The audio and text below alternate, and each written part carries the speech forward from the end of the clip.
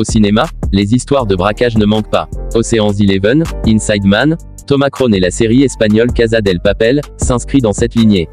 Son pitch, un groupe de 8 criminels, avec chacun une spécialité particulière. Un fan d'explosifs, un geek etc.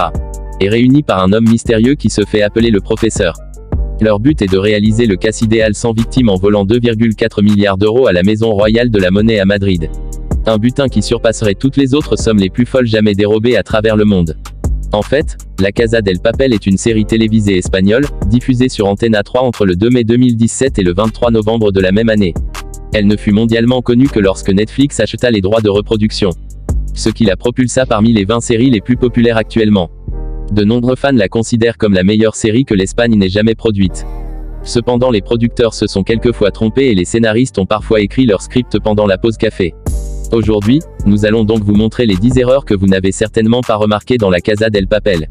N'hésitez pas à liker la vidéo si elle vous plaît et si vous êtes nouveau sur la chaîne, n'oubliez pas de vous abonner et d'activer la notification pour ne rater aucune de nos prochaines vidéos. Une erreur sur l'heure, qu'on se le dise d'abord, oui le scénario est réussi, à tel point qu'on se pose la question de savoir si ce scénario était envisagé pour de vrai, s'il ne serait effectivement pas redoutable, mais sur certains points seulement. En effet, quelques scènes comportent des incohérences significatives qui traduisent de potentiels rafistolages de scénario. C'est dommage, même si cela n'enlève rien à l'image de la série. Par exemple, on peut parler de la scène dans les WC avec le scotch et les outils. La portée du micro caché, la maison pas nettoyée, un vocodeur qui change en cours de route etc. La première erreur peut d'ailleurs être repérée dès le premier épisode de la série. On peut voir que le téléphone portable d'Allison indique 1h08 de l'après-midi. Or quelques secondes plus tard dans une autre scène qui est censée s'être passée en même temps, Berlin et les autres font leur entrée dans la Fabrique nationale de la monnaie et du timbre, alors qu'il n'est que 10h16 du matin. Pas de soupçon autour des caisses, dans le deuxième épisode de la deuxième saison, on peut voir comment Berlin livre Tokyo attaché à un chariot. En voyant cela, la police commence à avoir des doutes et active aussitôt une opération anti-explosion, obligeant la délinquante à enlever ses vêtements pour montrer qu'elle ne cachait rien. En revanche personne dans les forces de sécurité ne s'est interrogé sur les caisses qui se trouvaient dans le chariot. Elle aurait donc pu exploser sans aucun problème. L'appel sans réponse, dans un épisode de la première saison, l'inspecteur Raquel Morello envoie son collègue chercher un registre d'achat à la pharmacie. Pendant le trajet ce dernier reçoit un coup de fil, et l'on peut voir clairement que l'écran comporte deux options, la touche verte pour répondre et la rouge pour ignorer l'appel. Il répond, discute longuement avec sa femme, seulement lorsqu'il termine cette conversation on s'aperçoit qu'en fait il n'avait même pas répondu. Le changement de couleur, après que Denver a fait semblant de tuer Monica devant ses amis, en la blessant que légèrement, il décide de la cacher dans une chambre forte de la banque. Elles y passent plusieurs épisodes pendant lesquels, elle ne parle qu'à lui donnant lieu au passage, aux principales scènes de romance de la série. Seulement petit problème, au début on peut voir qu'elle porte un sous-vêtement blanc, qui 6 épisodes plus tard devient noir. Étant donné qu'elle est restée enfermée tout temps dans cet endroit, il est impossible qu'elle ait pu changer de sous-vêtement. Le portrait robot. Le fameux portrait robot donc que dire? Alors que le Russe termine de décrire El Professor, avec un portrait un peu trop parfait, absolument personne ne fait attention à ce foutu portrait robot. Il se retrouve seul devant, entouré de plusieurs flics. À tout moment El Professor peut être découvert, mais visiblement ça n'intéresse pas les forces de l'ordre. Il a donc tout le loisir d'effacer le portrait robot sans problème. Bienvenidos. Dans le premier épisode le professeur emmène les voleurs dans une maison où ils vivront pendant 5 mois. Le temps pour eux de planifier le casse du siècle. Après avoir monté quelques marches, il arrive à la salle d'études où est inscrit le mot Bienvenidos sur le tableau, bienvenue en français. Observez bien, par moments certains détails changent dans le mot. La lettre S, parfois n'atteint pas la ligne en bas, alors qu'elle la touche clairement sur d'autres plans. La lettre V, change aussi en devenant mieux écrite. Personne au fond. À la fin du deuxième épisode, Nairobi réunit tous les employés de la Fabrique nationale de la monnaie et du timbre, afin de commencer la production de l'argent. Sur ordre du professeur, aussi bien les ouvriers que les braqueurs doivent porter une tenue rouge et un masque de Salvador Dali. Au moment où ils transportent les otages les mains sur la tête, on voit apparaître quelqu'un au fond qui est habillé de manière complètement différente, et qui ne semble intéresser personne. Il s'agit peut-être de l'un des acteurs qui s'est retrouvé dans la scène sans le vouloir, ou quelqu'un de la production. À moins que ce ne soit un scénariste qui va chercher son café.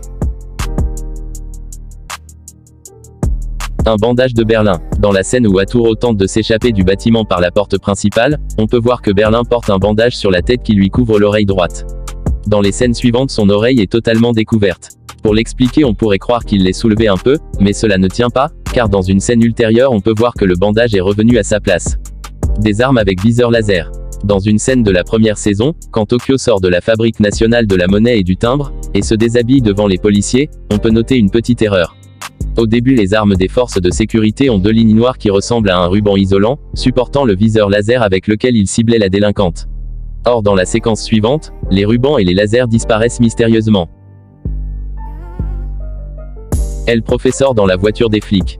Le cerveau du casse a tout prévu, même l'imprévu. Mais il a dû faire face à quelques couacs, durant les deux parties de la série, dont une petite balade tendue pour effacer toute trace dans une voiture envoyée à la casse. Il n'avait pas prévu que l'un de ses braqueurs soit si peu méticuleux. Il se retrouve donc à devoir menacer le propriétaire russe qui est sur le point de dévoiler son identité. Pour cela, il réussit à s'introduire un peu trop facilement dans une voiture de flic, trouve la bonne fréquence et a le temps de proférer ses menaces. Tout ça en parvenant à disparaître devant les yeux des deux flics qui reviennent vers leur véhicule. Chapeau à notre professeur. Les fruits sur la table. Cette erreur figure dans l'épisode où le professeur rend visite à la mère de Raquel, et qu'elle lui propose de prendre un café. Sur la table, on peut voir qu'il y a un petit plateau avec des raisins à gauche et 3 pommes à droite. En revanche, dans la prise suivante, les fruits changent de disposition. Mais pas pour longtemps, car lorsque la mère de Raquel ramène le café, les fruits ont repris leur place d'origine. Le biscuit dans la tasse, dans la même scène que celle des fruits, le professeur met de la dioxine dans le café de la mère de l'inspecteur. Et on voit qu'à la droite de la tasse, il y a un petit biscuit. Cependant, dans une scène précédente, on peut noter que le biscuit n'était pas le même et qu'il s'agit d'un autre qui est de couleur plus foncée. Tokyo qui revient dans la maison de la monnaie, pour son impertinence, Berlin décide de livrer Tokyo aux autorités, attaché à une table. Interrogé et transféré vers un pénitencier, mais c'était sans compter sur le professeur qui avait bien sûr prévu qu'un des braqueurs se fasse choper par la police. Elle est libérée par un petit groupe qui lui fournit une moto et une tenue policière. Elle doit attendre l'appel du professeur qui n'arrive jamais. Elle décide donc de retourner dans la fabrique de la monnaie par ses propres moyens. Elle enfourche sa moto, met les gaz et passe à fond devant une centaine de flics sans qu'aucun d'eux n'essaie vraiment de l'arrêter ou lui tirer dessus. Incohérence, absolument incroyable, où elle a tout le loisir de retrouver ses petits amis sans la moindre égratignure. La police laisse partir le camion de bière. Ça y est, les braqueurs ont réussi leur coup. C'est l'heure de partir de la planque avec le magot. Problème, les autorités connaissent maintenant l'adresse et s'y rendent en masse. Le suspense est à son comble et se resserre en découvre Tokyo et Rio, Denver et même Monica s'échapper tranquillement pour vivre leur nouvelle vie. Il restait le professeur et Helsinki qui repartent avec toute la thune cachée dans des fûts de bière, à l'arrière d'un énorme camion, qui roule tranquillement au milieu des voitures de police, qui les laisse partir. Alors qu'ils sont censés savoir que les braqueurs doivent s'échapper avec une énorme somme qui aurait pu être cachée dans un camion par exemple. Mais visiblement, ça ne leur a pas du tout traversé l'esprit que ce camion qui arpente la rue où se trouve la plante des braqueurs. C'était 10 erreurs que vous n'aviez pas remarquées au sujet de la Casa del Papel. Avez-vous trouvé d'autres erreurs ou d'autres incohérences dans cette géniale série? Faites-le nous savoir dans les commentaires. C'est tout pour aujourd'hui. Si vous avez aimé la vidéo, n'oubliez pas d'aimer et la partager avec vos amis. Et si vous êtes nouveau sur la chaîne, n'oubliez pas de vous abonner et d'activer la notification.